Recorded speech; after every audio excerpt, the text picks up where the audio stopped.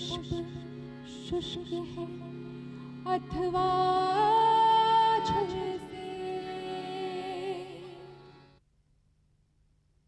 सुभद्रा कुमारी चौहान एक स्वतंत्रता सेनानी, स्वाधीनता आंदोलनों में भाग लेने वाली प्रथम महिला।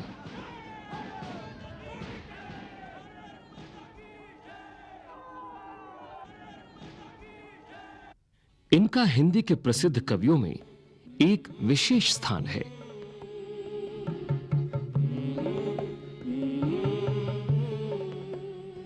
ये राष्ट्रीय कवयित्री के रूप में सम्मानित हैं। इन्हें अमरत्व प्रदान करने वाली ऐतिहासिक कविता है झांसी की रानी। सिंहासन हिल उठे राजवंशों ने भ्रिकुटी तानी थी, बूढ़े भारत में भी आई फिर से नई जवानी थी। गुमी हुई आजादी की कीमत सबने पहचानी थी, दूर फिरंगी को करने की सबने मन में ठानी थी। चमक उठी सन 57 में वो तलवार पुरानी थी, बुंदेले हर बोलों के मुंह हमने सुनी कहानी थी। खूब लड़ी मर्दानी वह तो झांसी वाली रानी थी। जन जागरण की मशाल ये कविता आज भी अपनी अलग पहचान रखती है। देशभक्ति के साथ साथ इनकी कविताओं में मातृत्व के निश्चल सहज अनुभव हैं, तो दूसरी ओर इनके विद्रोही स्वभाव में समाज की बुराइयों, रूढ़ियों का तीव्र विरोध करने का अदम्य साहस था। परिवार, समाज, देश सेवा और काव्य, कितना कुछ समाहित था उस एक अकेले व्यक्तित्व में। हर व्यक्तित्व की एक कहानी होती है और उसकी शुरुआत भी।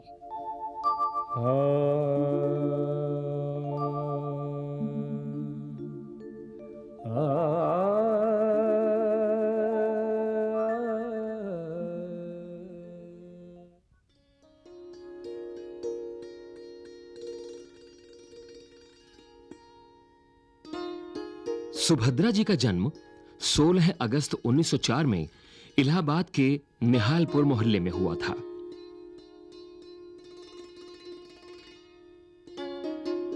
पिता का नाम था ठाकुर रामनाथ सिंह और मां धीराज कुंवरी।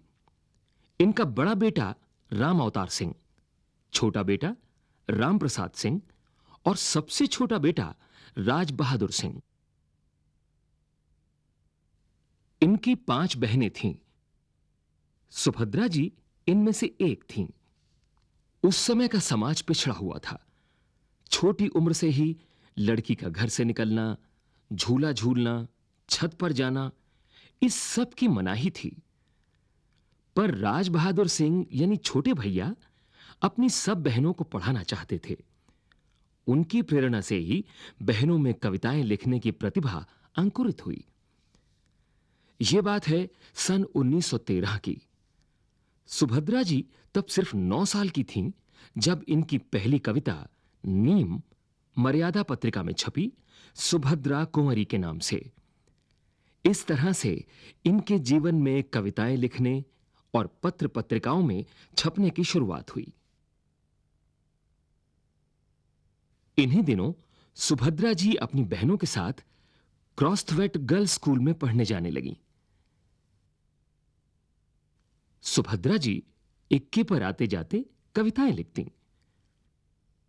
सन 1917 से सुभद्रा जी उसी स्कूल के बोर्डिंग हाउस में रहने लगीं। वहां महादेवी वर्मा जी भी पढ़ने के लिए आईं और दोनों अभिन्न सखियां बन गईं। दोनों कविताएं लिखती थीं, पर दोनों की कविताओं में बहुत अंतर था। सुभद्रा जी की कविताओं में सरल सहज लोक जीवन की भाषा, महादेवी जी की कविताओं में थी अंतर्मुखी रहस्यमयी शैली। पर मित्रता दोनों कवयित्रियों ने अंत तक निभाई।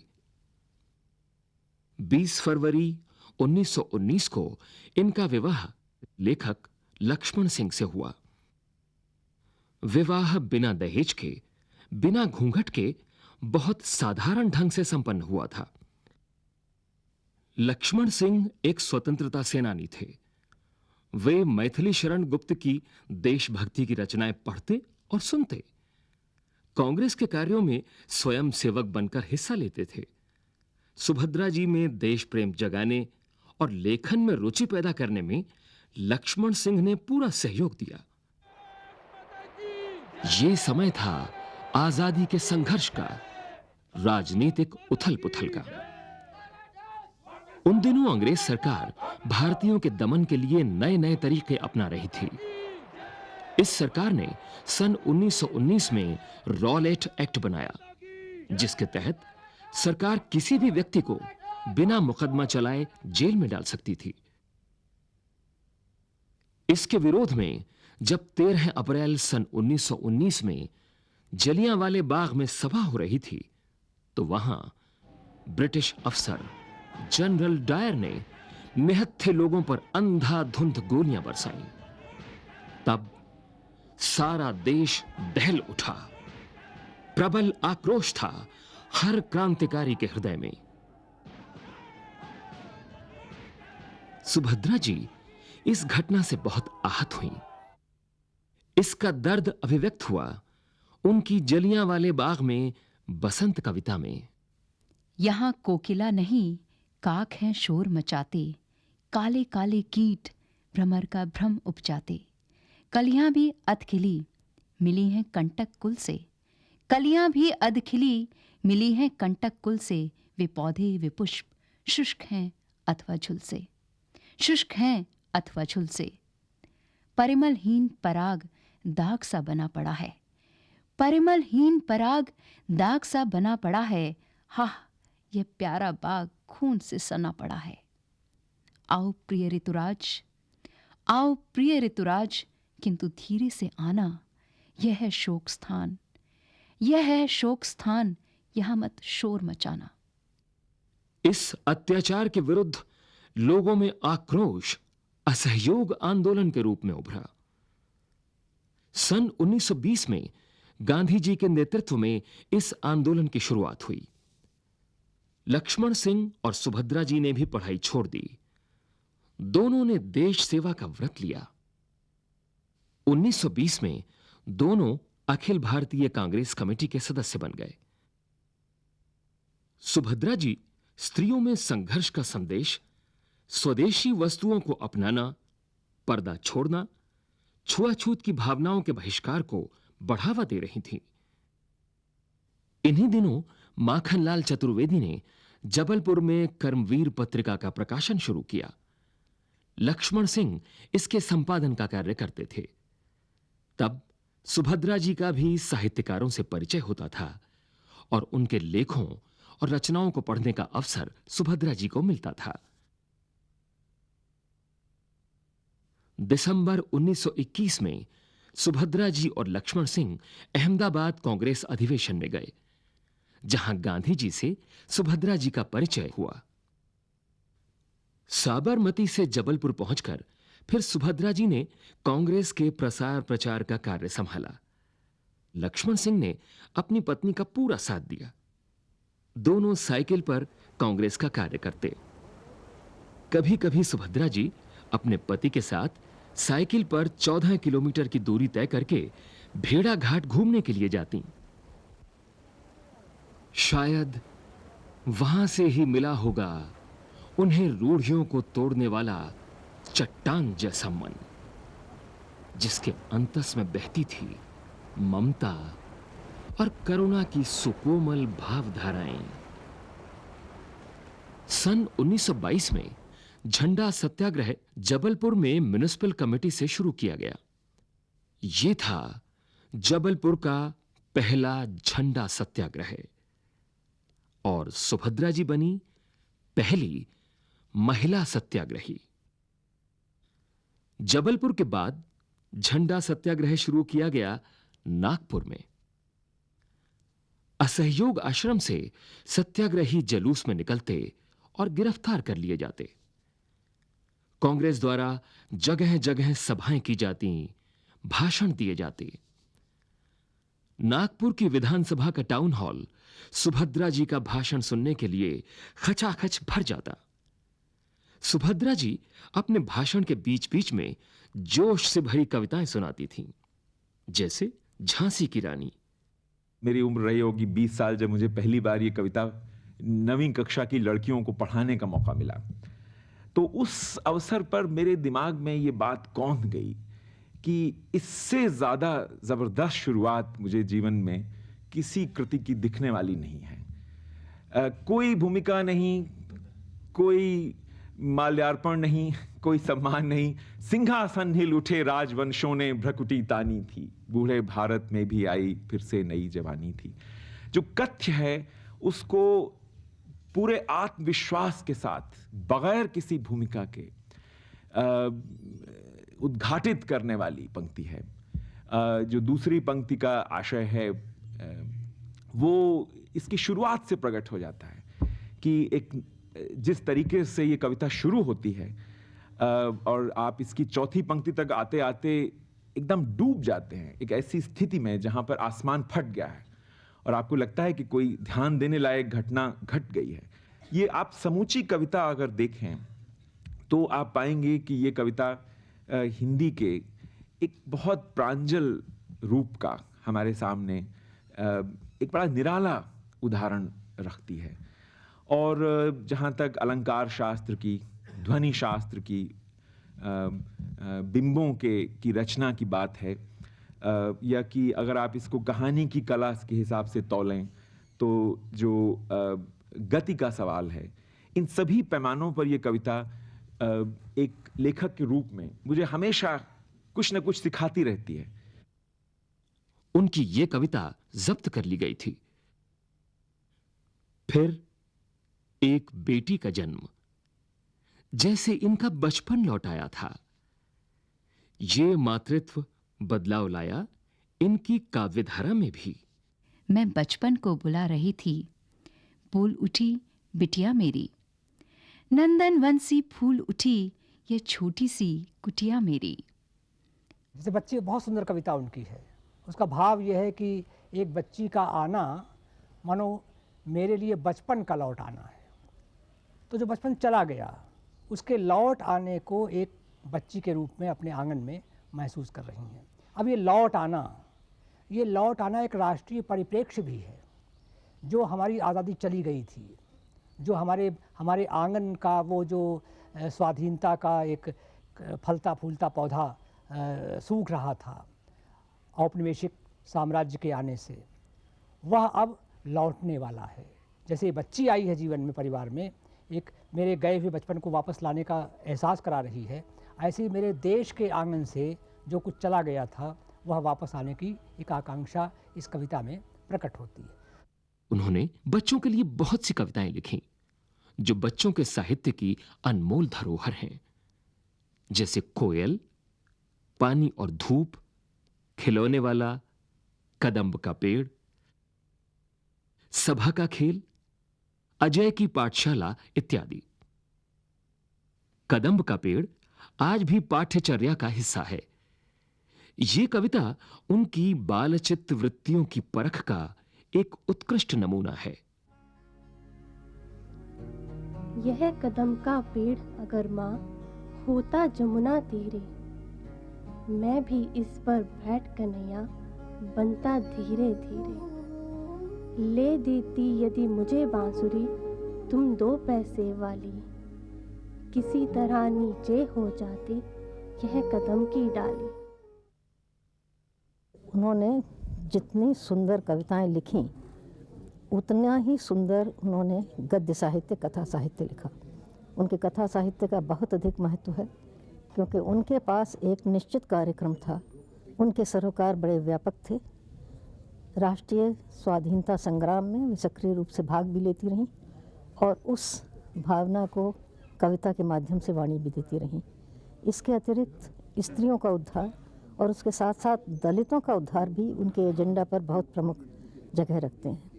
उनकी तमाम कहानियाँ स्त्रियों के दुख दर्द से प्रेरित हैं उनके अपने प्रयास निजी जीवन में और उनकी रचनाएं दलितों के बारे में गहरी संवेदना और सरोकार का परिचय देती हैं।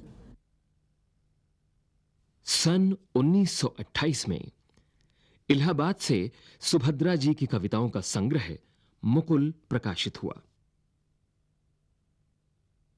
इसमें हिंदी साहित्य सम्मेलन की ओर से इन्हें सेकसरिया पुरस्कार दिया गया। उस समय यह पुरस्कार महिला लेखिकाओं के लिए निश्चित किया गया था। इनका काव्य लेखन आजादी के संघर्ष से जूझते हुए भी निरंतर गतिशील रहा। फिर सविनय अवज्ञा आंदोलन शुरू हुआ, गांधी जी की प्रसिद्ध डांडी यात्रा से। इधर जबलपुर में लक्ष्मण सिंह ने एक आम सभा में जनता का आह्वान किया और गिरफ्तार किए गए। इसी दौरान सुभद्रा जी ने सामाजिक सच्चाइयां उभारने वाली कहानियां लिखीं। कहानी संग्रह का नाम था बिखरे मोती। इसे भी हिंदी साहित्य की ओर से सेकसरिया पुरस्कार दिया गया। उनकी कहानियां पाठक की उंगली पकड़कर हर दृश्य की सहजता का भागीदार बनाते हुए आगे बढ़ती हैं। उनकी कहानियों के एहसास को नए अंदाज में समझा भी गया है। उनका तेज इस प्रकार का था कि शायद 20-21 में जो पहली महिला असहयोग करने वाली नेता थी और जेल जाने वाली पहली स्त्री असहयोग कार्यकर्ता वो सुभद्रा जी थी। तो सक्रिय स्वाधीनता आंदोलन में और सक्रिय रचनात्मक साहित्य में एक साथ उन्होंने प्रगति किया। और ये चीज़ आज जब स्त्री मुक्ति के आंदोलन दुनिया भर में और ख़ास तौर से हिंदुस्तान जैसे पिछड़े हुए समाजों में बहुत तेज़ी से आगे बढ़ रहे हैं, तब इस चीज़ का महत्व और इसकी प्रासंगिकता और ज़्यादा हमारे लिए हो जाती है। 1932 में अछूतोद्धार की समस्या के निदान के लिए चंदा इकट्ठा करने के लिए गांधी जी पूरे देश के दौरे पर निकल पड़े। जबलपुर भी आए।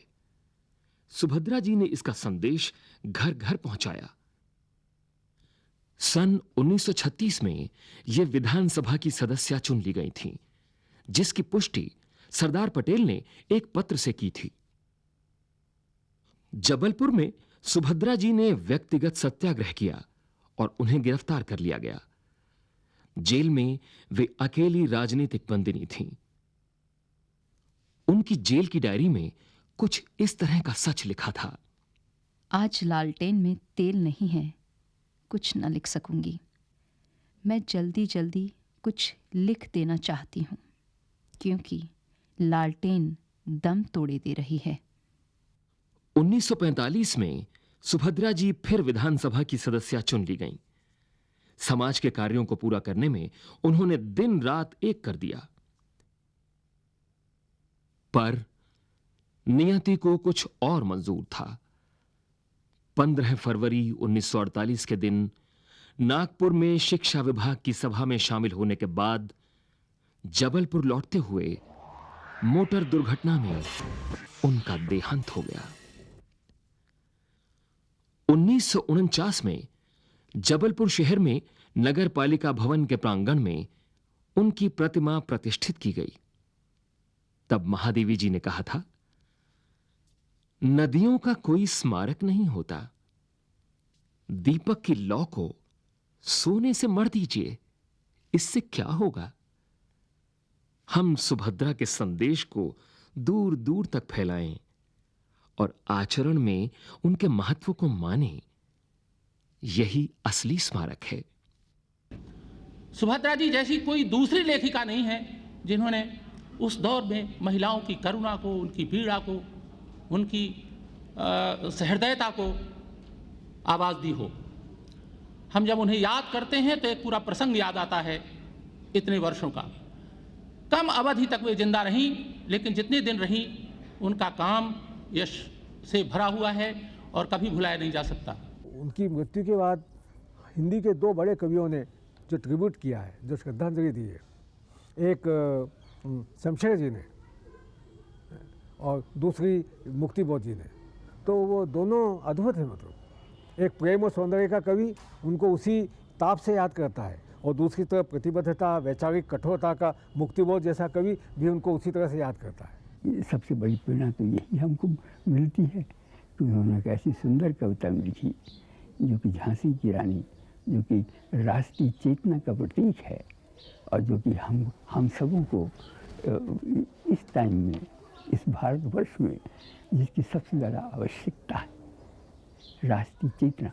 हम सब एक राष्ट्र हैं और अपने देश के लिए मरने के लिए तैयार रहें और बहादुरी से जीवन व्यतीत करें, और यही इस टाइम की चेतना है जो कि उन्होंने बहुत बड़ा काम किया उस टाइम में। जो एक पहली स्त्री होते हुए, जो फर्स्ट स्त्री थी, जो कि वो कविता की लाइन में मेरा ख्याल आई, जो उन्होंने राष्ट्र को, और उनको हम हृदय से प्रणाम करते हैं। सुभद्रा जी एक साधारण व्यक्तित्व में संजोए असाधारण गुण, सादगी और ममता की पहचान, एक ईमानदार देशभक्त, समाज सुधारक, कर्म के प्रति अटूट आस्थावान, एक उत्कृष्ट कवयित्री। आज जरूरत है हमें सुभद्रा जी के पद चिन्हों पर चलने की, आजादी के मायने एक बार फिर से समझने की, और एक मशाल बनकर देश के वर्तमान और भविष्य को आलोकित करने की।